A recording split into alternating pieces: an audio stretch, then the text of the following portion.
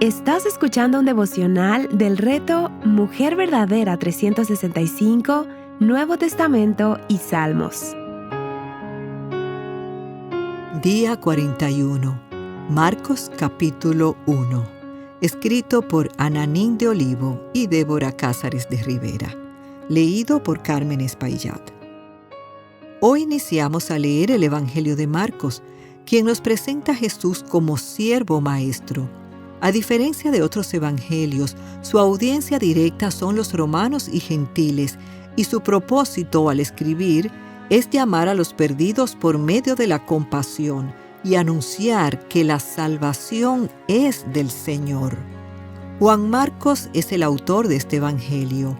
Fue discípulo del apóstol Pedro, por lo que muchas de las enseñanzas y experiencias de Pedro se ven reflejadas en su relato.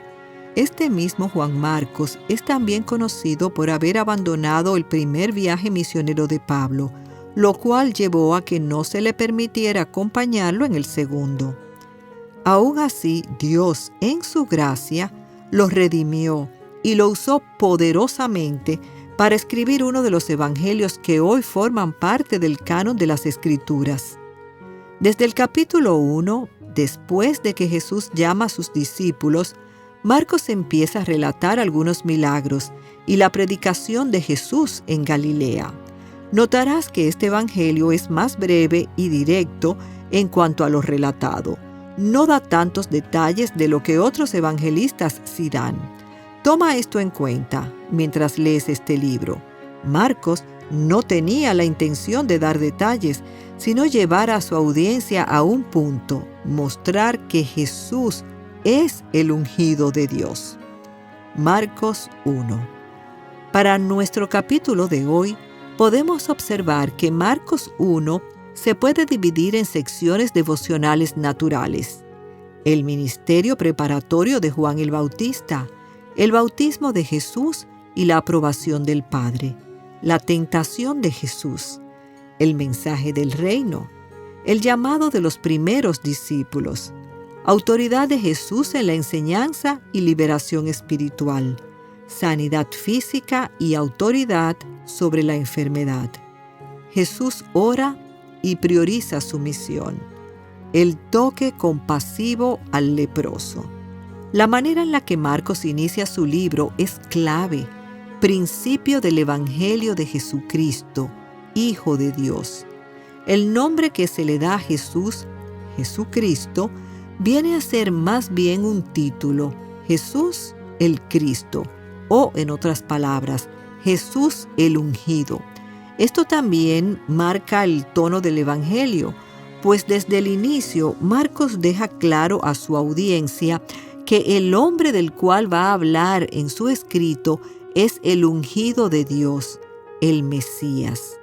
El Evangelio de Jesucristo debe ser el principio y el fundamento de la historia de nuestras vidas. Este fundamento no está basado sobre cualquier nombre, sino en el nombre de Jesucristo, el Hijo del Dios viviente, sobre nuestro Salvador prometido. La función de Juan el Bautista fue ser un instrumento mediante el cual Dios traería convicción de pecado al pueblo de Israel. Él tenía un mensaje claro que le había sido dado para predicar: arrepiéntanse, porque el reino de los cielos se ha acercado. Predicaba con tal autoridad que el pueblo que escuchaba su mensaje estaba a la expectativa, preguntándose si acaso Él era el Cristo que esperaban. Algunos temas teológicos claves que podemos resaltar de este capítulo son: la autoridad de Jesús en su enseñanza, sanidad, llamado y poder espiritual. Como mencionamos en la introducción, Marcos es muy intencional en los acontecimientos que comparte en su evangelio. Podrás notar que muchos de ellos no están escritos en orden cronológico o no da tantos detalles como otros evangelios. Sin embargo, el énfasis que el autor hace en destacar la enseñanza, el poder y en sí la autoridad de Jesús es evidente. Presta atención a estos detalles mientras sigues leyendo el Evangelio de Marcos. el arrepentimiento y fe como respuesta al reino. Recordemos que el arrepentimiento implica una rendición de nuestra vida, entendimiento de que hemos fallado y que no podemos confiar en nosotras mismas ni en nuestros actos, sino solo en la misericordia de Dios para nuestra salvación y gozo. Amadas, el tiempo se ha cumplido. ¿Has creído en Cristo? ¿Has buscado el arrepentimiento como respuesta a la fe que has puesto en el reino de Dios? El ejemplo de obediencia y prontitud en los primeros discípulos. Las palabras clave en este pasaje se encuentran en los versículos 18 y 20. Al ser llamados por Jesús, los discípulos respondieron al instante al llamado. Jacobo y Juan incluso dejaron a su padre en la barca para seguir a Jesús.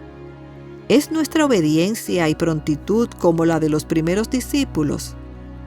El Señor nos ayude, por el poder de su Espíritu, a tener una rendición total a su llamado. La prioridad de la oración y la intimidad con el Padre.